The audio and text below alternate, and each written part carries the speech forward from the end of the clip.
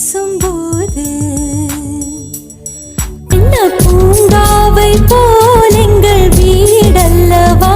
என் கண்ணதாசா கண்ணதாசா வருவாயா கண்ணதா